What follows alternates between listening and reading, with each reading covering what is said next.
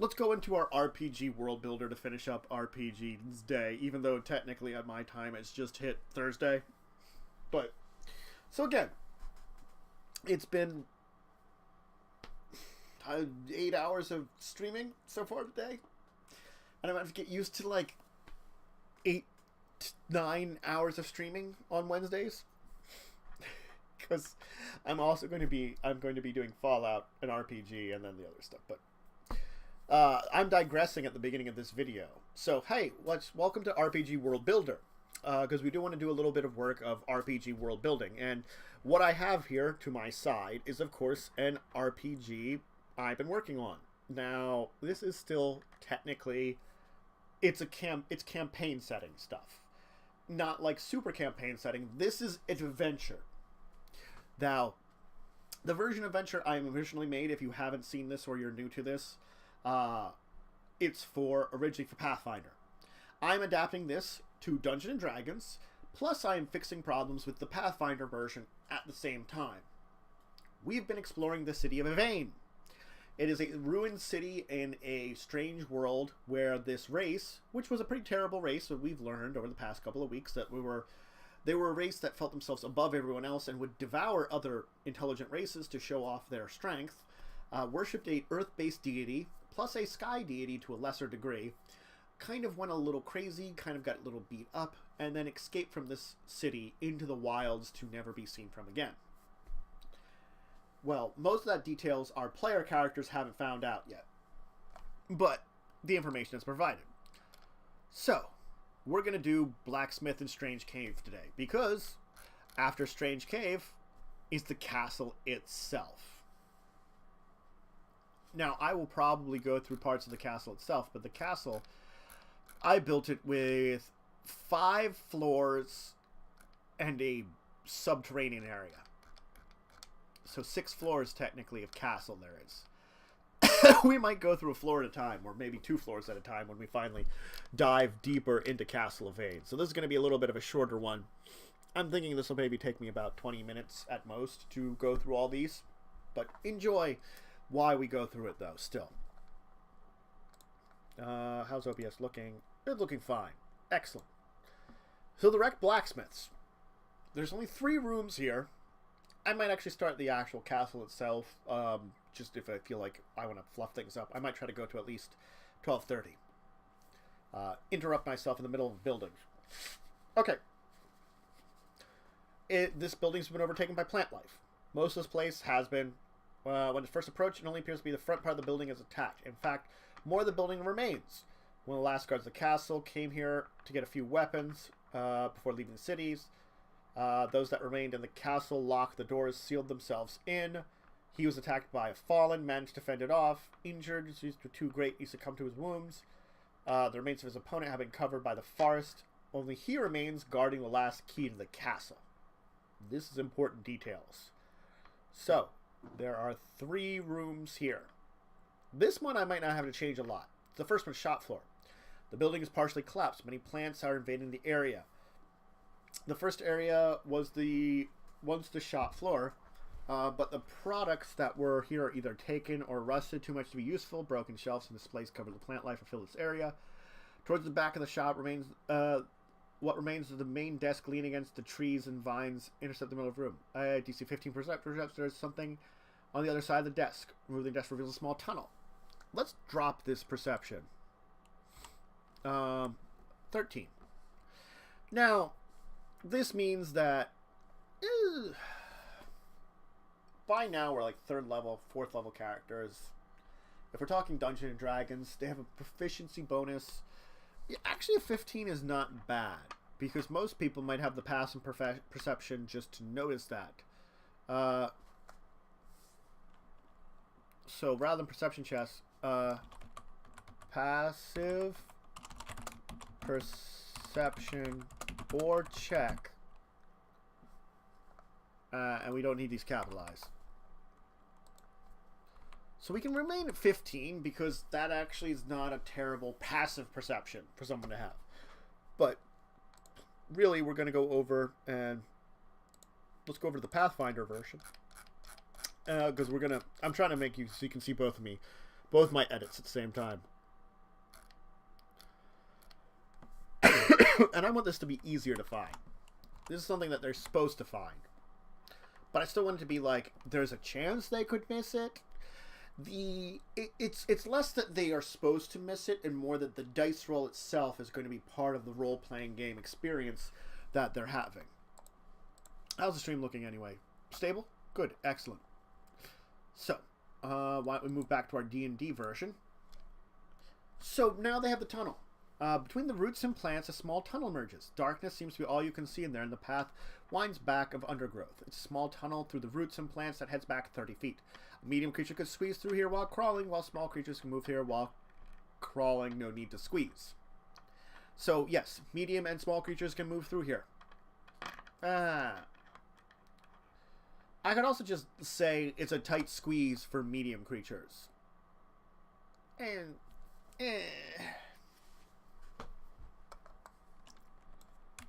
it is a tight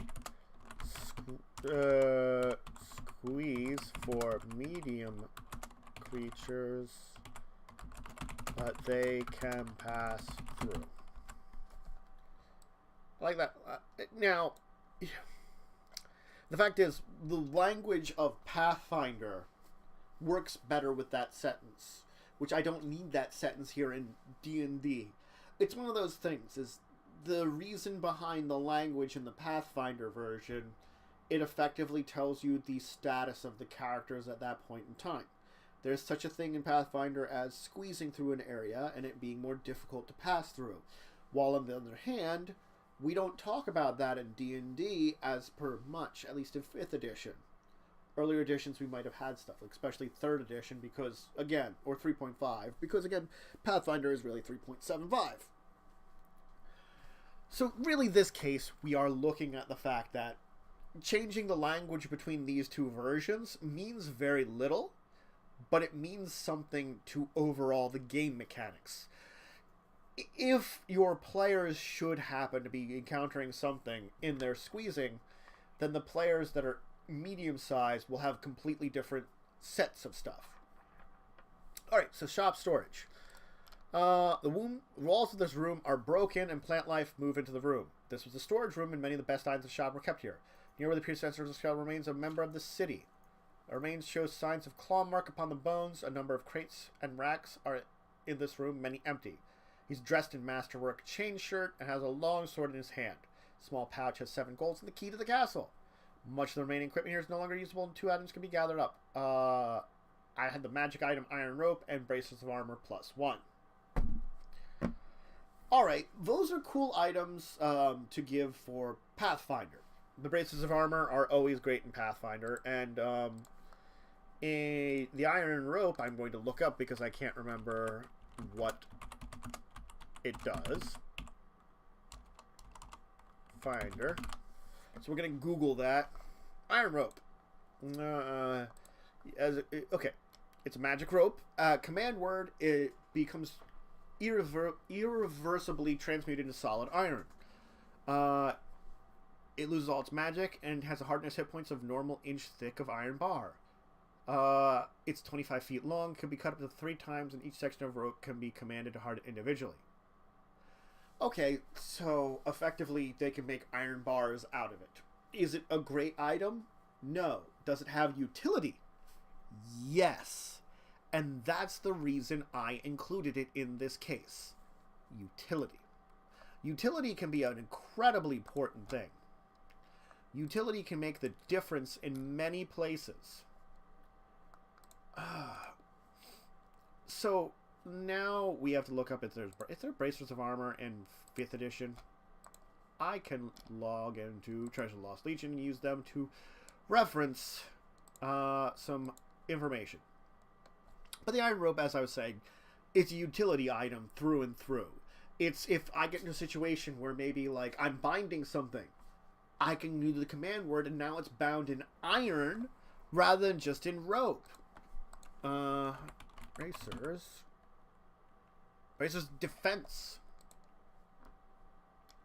It's wondrous. Grant you +2 AC bonus for wearing no armor and using no shield. Bracers of defense are pretty fine, actually. So what we're going to do is we're going to go over to here. I think these set of iron items were fine in Pathfinder. Bracers of defense. Why am I eating that up? Oh boy, oh boy, oh boy, oh boy, oh boy.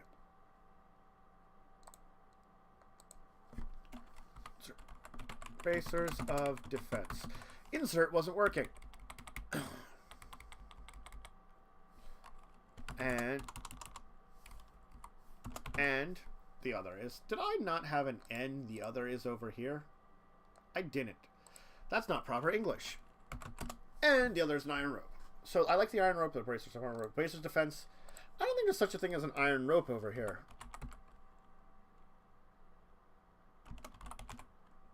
So what can we do that's not an iron rope that'd be very interesting?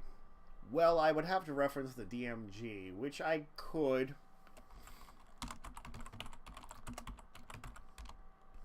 But I feel like it's better for me to like quickly do a magic item 5e D&D. Magic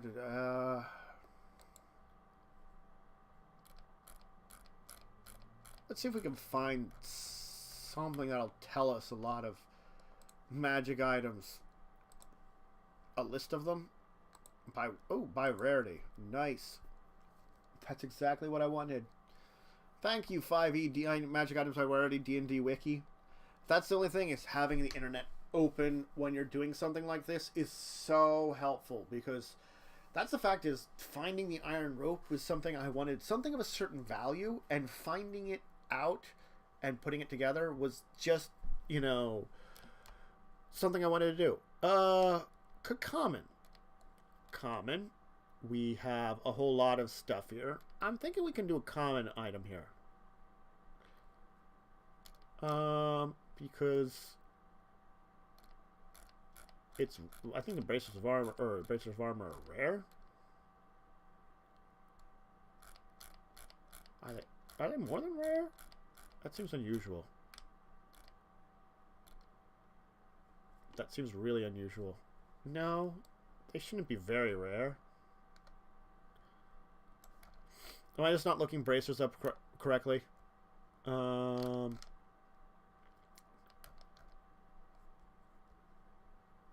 it's homebrew equipment. Oh, God. Shoot. Well. Oh, there's a 5e SRD. Common magic items. 5e SRD. Thank you very much. So, no, it's got to be uncommon. It's got to be uncommon. It is rare for bracers of defense. So let's do an uncommon item. A fishing quiver? I mean, that's cool. It would be theoretically in this kind of place. It's a blacksmith's area. The immovable rod, maybe. The immovable rod functions similarly to what the concept of the iron rope was. Something that I can use for utility. Now, the movable rod, it works very differently anyway. But I very easily could use it in place of it in this point in time, and it would make sense to a degree. To a degree. So I think that's what we're going to do. We're going to do an immovable rod. And let's hope I can spell it right. Movable rod. Hey, I did. Thumbs up to me that I didn't have to worry about spell check. So now, granted, bracers of defense are a much rarer magic item. But the idea of them being here is the exact same thing I wanted. It might mean that I remove a magic item later on because I put it here. And the movable rod is cool, but again, it is very utility. And creativity could be behind its uses. I'm not throwing them huge bonuses. Braces of armor, as long as you don't have armor and shield, it gives you a basic AC 2 higher than it would be. Braces of armor, AC 1 higher than it would be, but you're not using an armor with shields again. These are very good numbers, but I almost feel like maybe I should make it Braces of Armor plus 2 to make them similar enough. But armor in Pathfinder is less important than armor in D&D. So maybe, and this is a very important maybe I can do, instead of lesser bracers of defense. So no longer is it rare, we make it uncommon, and it gives a +1 defense instead of +2. Lesser bracers of defense. Did such a magic item exist before? God, no. But you know what we can do to market? Lesser bracers of defense. I gave an asterisk, which means that somewhere in this book, it will define to you what the heck lesser bracers of defense are. Granted, I have made it up as being a +1 defense, +1 rather than +2 when it came to braces defense. That's the only difference I made. But that little change there changes the rarity greatly. And now it pretty much reflects the exact same thing as the Pathfinder version. Period. That's what I've done here. Granted, it's sort of like the creatures that I have that I'm not fully defending. The crawler will show up more than once. Here I'm going to be coming across a creature that will only show up once. But again, the stats are something that's probably going to change because I have Pathfinder stats here. And we're going to need 5th edition stats. But I'm not doing monster creation right now. So we have the Strange Cave. An opening in the back of the northern square near the encroaching woods is a large hole in the ground. Below it is a winding tunnel. This is a place where the worst of the fallen attacks. Countless victims were drugged down here and slaughtered before the corpse killed the beast. And collapsed the tunnel they came from behind them. Unfortunately, the guard had little time to fully destroy this and to clean up the corpses. Too much was going on. There's a winding tunnel that winds nearly 100 feet underground until it merges to a large room. Okay. Then we have Victim's Grave and Risen Dead, and then Collapsed Tunnel. Collapsed Tunnel, it just lists, there's a tunnel where the fallen burrowed in from. It's long since collapsed. The only thing that remains here is the skeleton remains one of the fallen, partially buried under under the rocks. We don't need fallen twice. Fallen the rocks. Wow. English. I mean, it still makes sense, but I think it flows better if it's just partially buried under the rocks.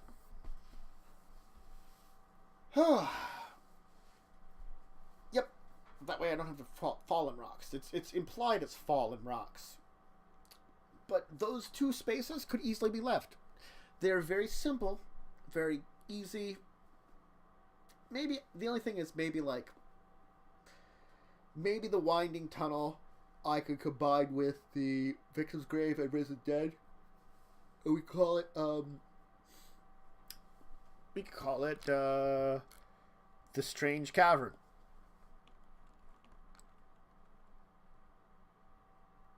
So we go like this and we call it Strange Cavern into a large cavern.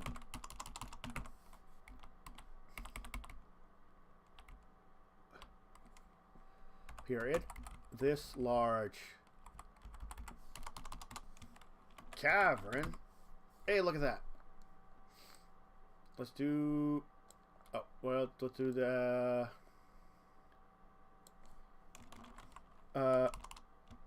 Actually, let's call it Cavern of the Dead. Cool. Better name. Better name. Hi, James. Welcome. If it's the Cavern of the Dead, I'm capitalizing it. It's the title of it. It's the Cavern of the Dead.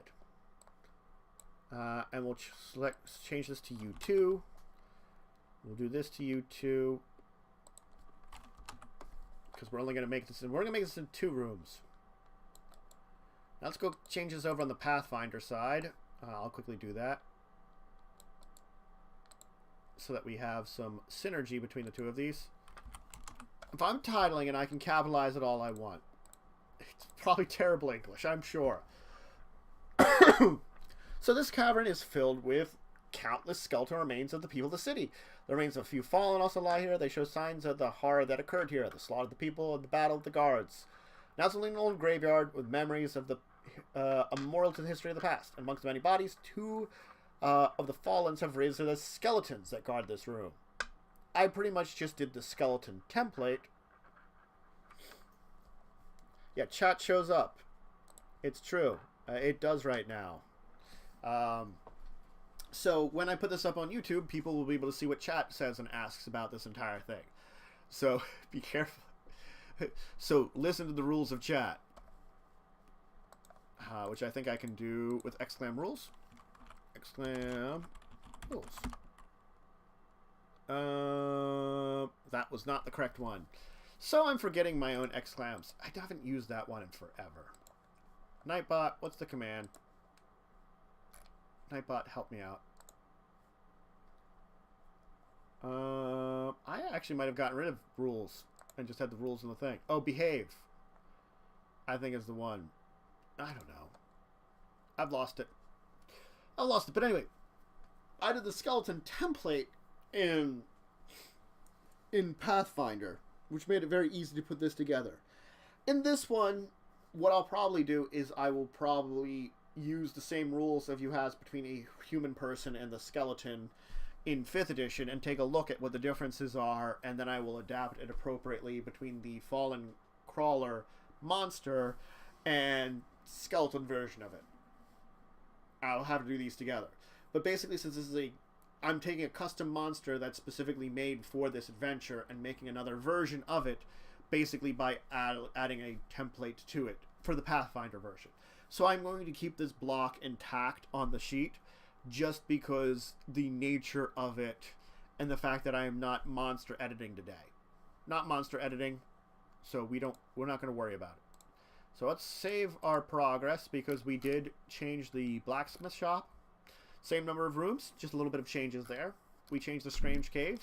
Again, we are custom monsters. We're going to worry about later. We are about a couple minutes off. So what am I going to do? Is I'm going to start Castle Evain. I'm going to go like 2 rooms into it. So we'll see if we need all these rooms. There are plenty of them that I think we do need, and a bunch of them that we do not need. So let's work on it. Castle Game has thousands of years of history behind it. It rose with the rise of the Kalida, the race that was here. It became the center of their empire. Countless kings ruled over the land from here. At the height of the empire, it had over 100 cities under their influence. By the time they came to this land, only one remained, this city. Time has done its damage to the city too. It had shrunk from its once grand size. The current city walls were once the boundaries of the castle grounds. Now they encompass the entire city. The castle is the building in the city in the best shape.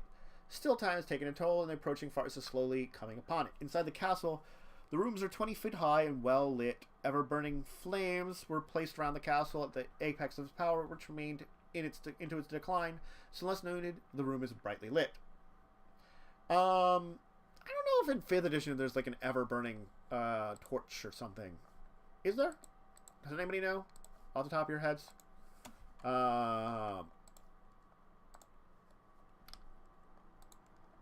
Maybe there is.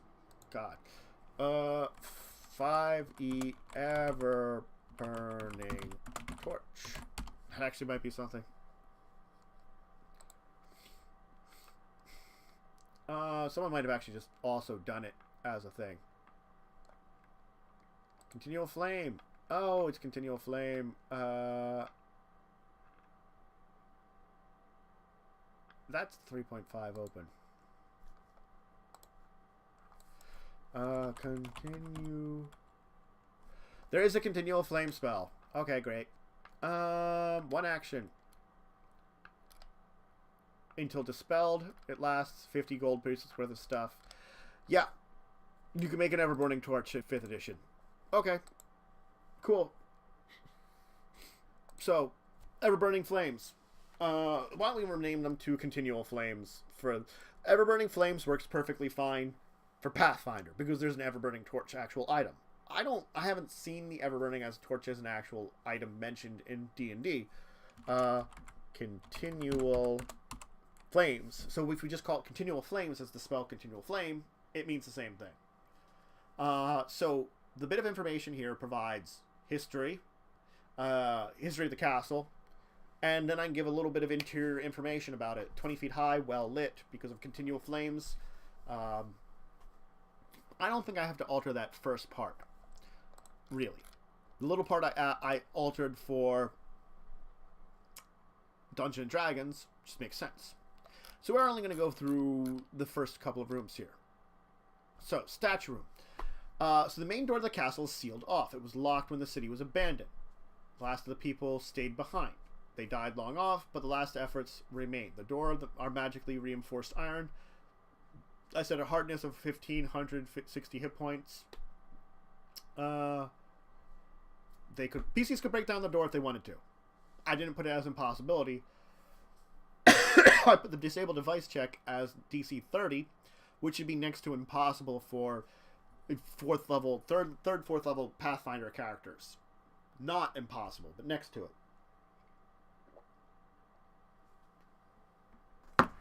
And I gave basically 3 ways of doing it.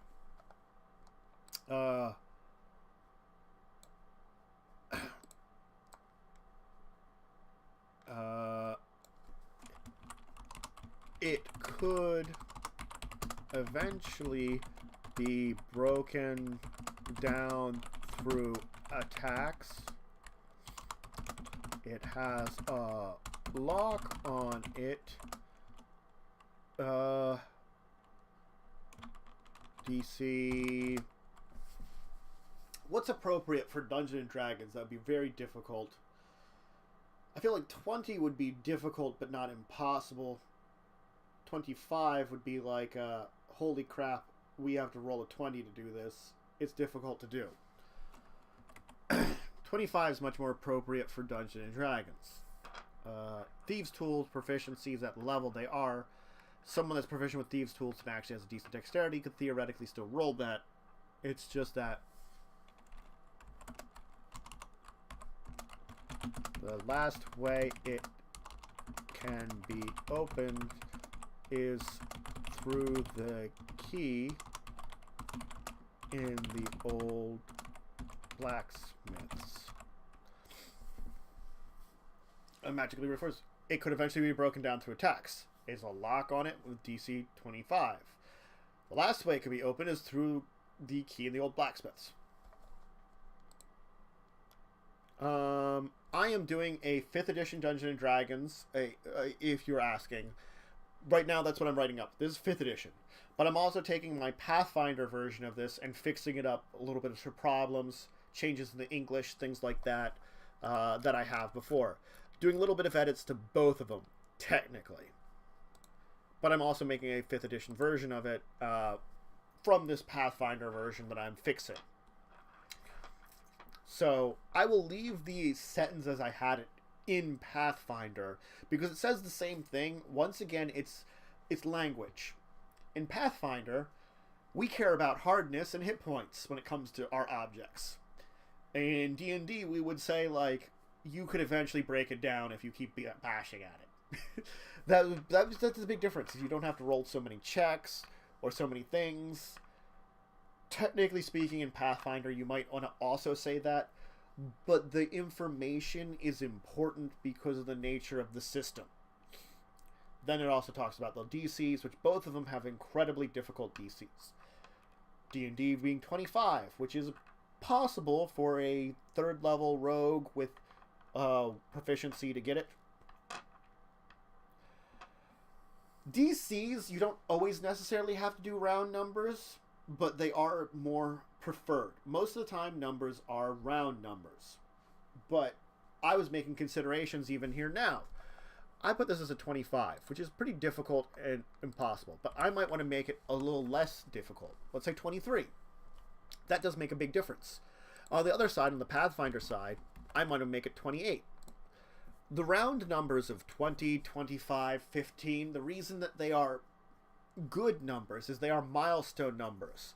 When we're talking about the basics of difficulty classes, when we're coming to the various parts of the systems, those numbers are used to represent levels of difficulty.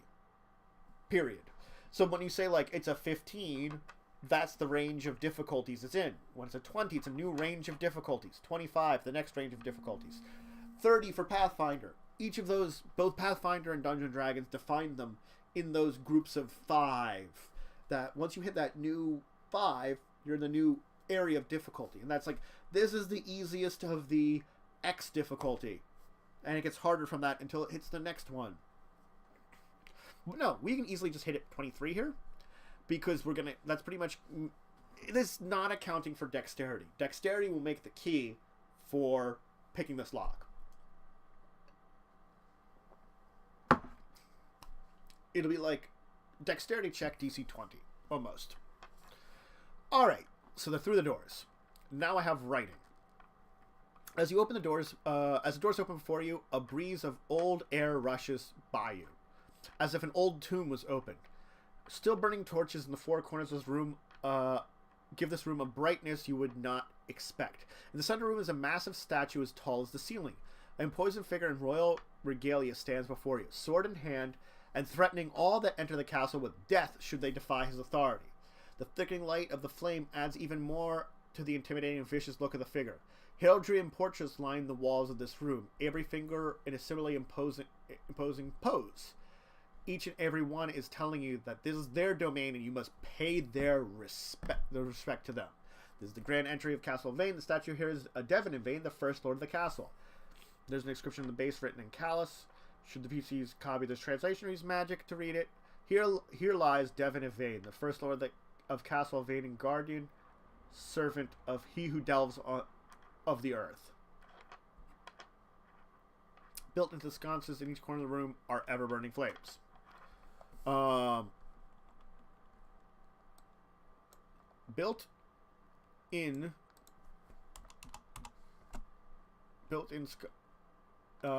that's bad English. In sconces in each corner of the room are continual flames. And we'll change it over here for a little bit for the Pathfinder one too, because that's still really terrible. It's in sconces in each corner of the room are ever-burning flames. It's an ever-burning continual. I mean, we could use the language even in Pathfinder because it is continual flame of continual. But I'm not.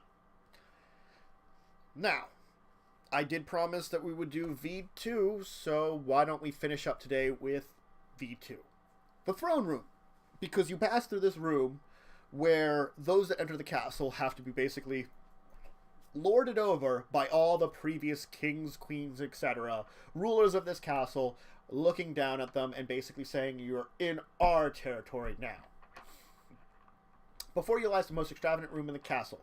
Marble columns line the walls of both sides, and banners are still in near perfect condition, hang with extravagant colors of all shades, all of which are vibrant and bright. Blood-red carpets lead the way to the end of the room. Upon a raised dais, a massive throne of gold and jewels. Upon the throne sits its king, now unmoving. He lies in a pose much the same way as ancestors are shown, looking to those that would enter here and showing them that this is his kingdom still. This room is beyond age, beyond time, save for a few small details and cracks which reveal slow decay which has racked this room. Decay which will soon devour all. I liked the way I wrote that. That's supposed to be, you know, it's another one that you will read out to people. And I liked the flavor of it. It describes the room very well. You know, there's the marble columns, the banners, the dais with the golden throne with the man upon it who just is intimidating. So, this is the throne room of the castle. The last king of Evain found his final rest here not long after the castle was sealed. When he sensed his end, he sat down on upon his throne for one last time, looked out as if peering into the future, and breathed his last breath. His bloodline still remains in many of the chiefs of the Kaladites, as his sons were those that led the people away from the city. Even after all this time, the room remains in surprisingly good condition. Very little damage for age or creatures invading can be found in this room. Alright, so in Pathfinder, I basically said, rich and expensive as the decoration of this room, the banners and carpets have no value. The throne itself is an old iron throne that was refurbished. It is now gold-plated and encrusted with jewels that look expensive but hold little actual value. If salvaged, 100 gold pieces worth of jewels and gold can be torn from the throne. I think I want to rewrite this for D&D. That sounds fine for something like Pathfinder. But for D&D, I don't feel like this is proper language.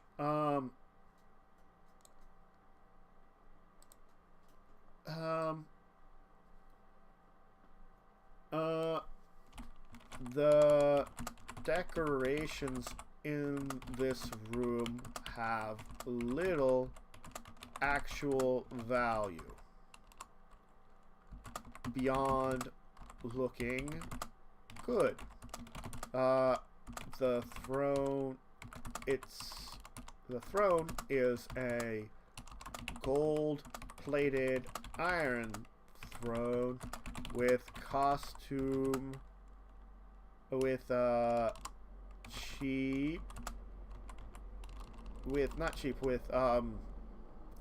cheap gems with gems of little value in it.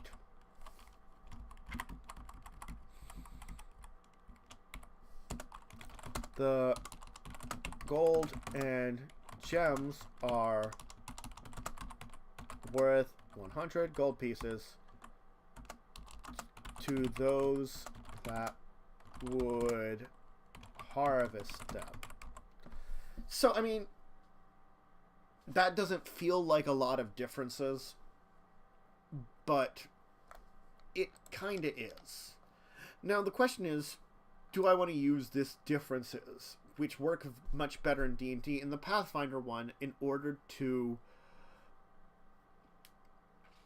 remove some of the fluff in the Pathfinder one? Not that this isn't bad. Language. Basically, it's expensive as decorations look. The banners and carpet have little in the throne. This one, I'm just saying the decorations of the room have little actual value. Mentioning the throne is refurbished is cool. Is it needed? No. I basically said the throne is a gold-plated iron throne with gems of little value in it. Gold-plated encrusted with jewels that, though look expensive, hold little actual value. With gems of little value embedded in it. The gold and gems are worth to 100 gold to those who would have them. I actually like this a lot better now that I've done a little bit of changes. So I think that's what we're going to do for the Pathfinder one also. It's just a little change of the language, which not only cuts a little bit away from here, but adds a little bit in the way that you're saying things. Language can be very important in these cases, and sometimes too many details can be too many. You want to balance it out between the details which are important and the details that add flavor. And you don't want too much flavor sometimes because that can be stifling and time-consuming. So, alright. This is where I'm going to stop for today. I said I was going to stop after this one, and it is... I'm close to hitting my 9-hour mark of streaming today. I had 4 hours of Fallout and stuff. So, but I'm going to be ending it for today.